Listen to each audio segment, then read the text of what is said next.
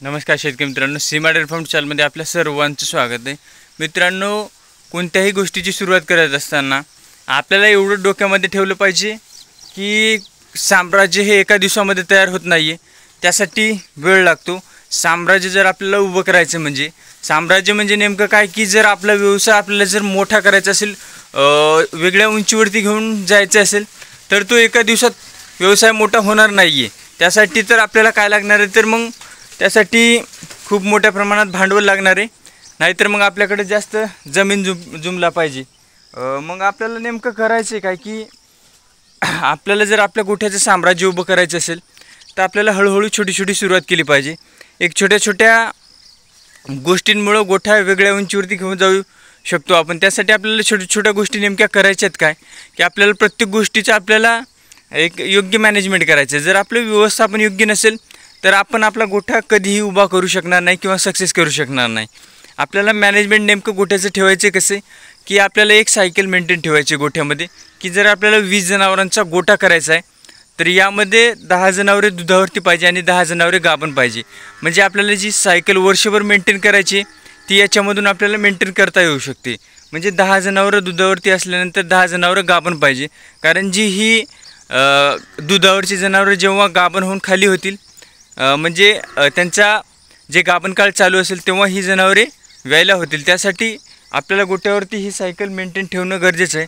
आणि ही जर सायकल आपण मेंटेन ठेवली तर एका 3 ते 4 वर्षामध्ये आपल्या 20 जनावरांचा गोठा एक वेगळ्या उंचीवरती घेऊन जाऊ शकतो. आपल्याला छोटी सुरुवात करायची म्हणजे आपल्याला घरच्या गोठ्यापासून आपण सुरुवात करू शकतो. छोट्या छोट्या घरच्या कालवडी किंवा पारड्या गोठ्यावरती तयार करू शकतो. याच्यातून आपण एक असं साध्य करू शकतो की जर आपण 1,00,000-1.5 लाखाची म्हैस आणली आणि ती जर डिफॉल्टी निघाली तर आपला हा पैसा हा वेस्ट जाणार आहे. त्यासाठी एक आपल्या घरच्या गोठ्यावरच्या जे चांगल्या म्हशी आहेत, ब्रीडच्या म्हशी जे 6-6 लिटर 7-7 लिटर एका टायमाला ज्या म्हशी दूध देणार आहेत, त्यांच्यावरती आपल्याला ब्रीडिंगवरती काम करायचे. ब्रीडिंगवरती काम केल्याच्या नंतर आपल्याला जी पैदास भेटणार आहे गोठ्यामध्ये ती या जनरेशनपेक्षा चांगल्या लेवलची भेटणार. म्हणजे 6-6 7-7 लिटरच्या पुढची जनरेशन आपल्याला गोठ्यावरती भेटणार आहे. मग आपल्याला ही सायकल मेंटेन ठेवायची आणि गोठा ब्रीडिंगवरती पुढं न्यायचा आहे. आणि आपल्याला फिडिंगवरती पण तसंच काम करायचं. जर आपला चारा व्यवस्थापन योग्य असेल तर आपल्या जनावरांचं दूध योग्यरीत्या निघेल. त्यांना हिरवा चारा, वाळला चारा, मिनरल मिक्सचर असो किंवा त्यांच्या जे गाभण काळामध्ये जे आपण त्यांना सप्लिमेंट देणार आहोत ते पण योग्यरित्या हवे. आपल्याला ही सायकल मेंटेन ठेवायची आणि ब्रीडिंग झालं, फिडिंग झालं आणि हे योग्य व्यवस्थापन केल्याच्या नंतर आपल्याला याचे रिझल्ट आपल्याला गोठ्यावरती बघायला भेटून येऊ शकतात.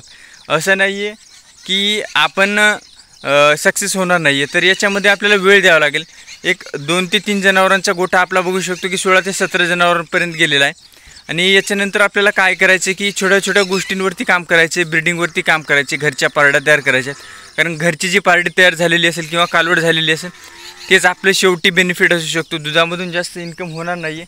तर आपल्याला कालवड आणि पारड्यावरती काम करून आपला गोठा सक्षम करायचा आहे.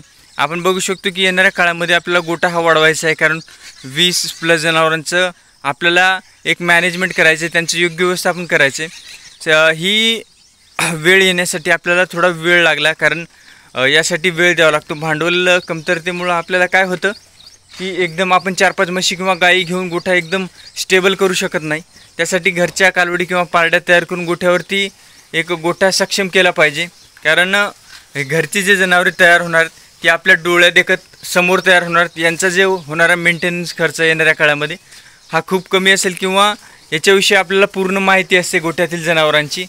त्यासाठी कोणत्याही गोष्टीची सुरुवात करत असताना आपल्या डोक्यामध्ये एवढं ध्येय ठेवायचे की एक ना एक दिवस आपला हा गोठा एक वेगळ्या उंचीवरती घेऊन जायचा आहे. आणि हे घेऊन जाण्यासाठी आपला माइंडसेट हा पॉझिटिव्ह असला पाहिजे. कारण इथं प्रत्येक वेळेला अडचण येऊ शकते. कारण गोठा व्यवस्थापन करत असताना काहीही सोप्या गोष्टी नाही आहेत. पावसाळ्यामध्ये खूप घाण होते. मग ही घाण बघितल्याच्या नंतर आपल्या तरुणाईला वाटतं की मी हे सोडून दिलं पाहिजे, कुठेतरी चांगला 15-20 हजाराचा जॉब केलेला चांगला.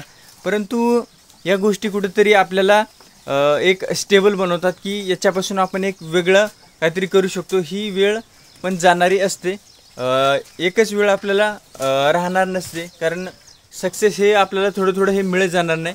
त्याचा अनुभव घेत घेत आपला गोठा आपल्याला एक चांगल्या उंचीवरती घेऊन जाण्याचं आपल्याला एक धाडस करावं लागतं. त्यासाठी या गोष्टी खूप महत्त्वाच्या आहेत. आणि आपला चॅनलला कोणी नवीन नसेल चॅनलला नक्की लाईक करा, शेअर करा आणि आपल्या व्हिडिओला सबस्क्राईब करा.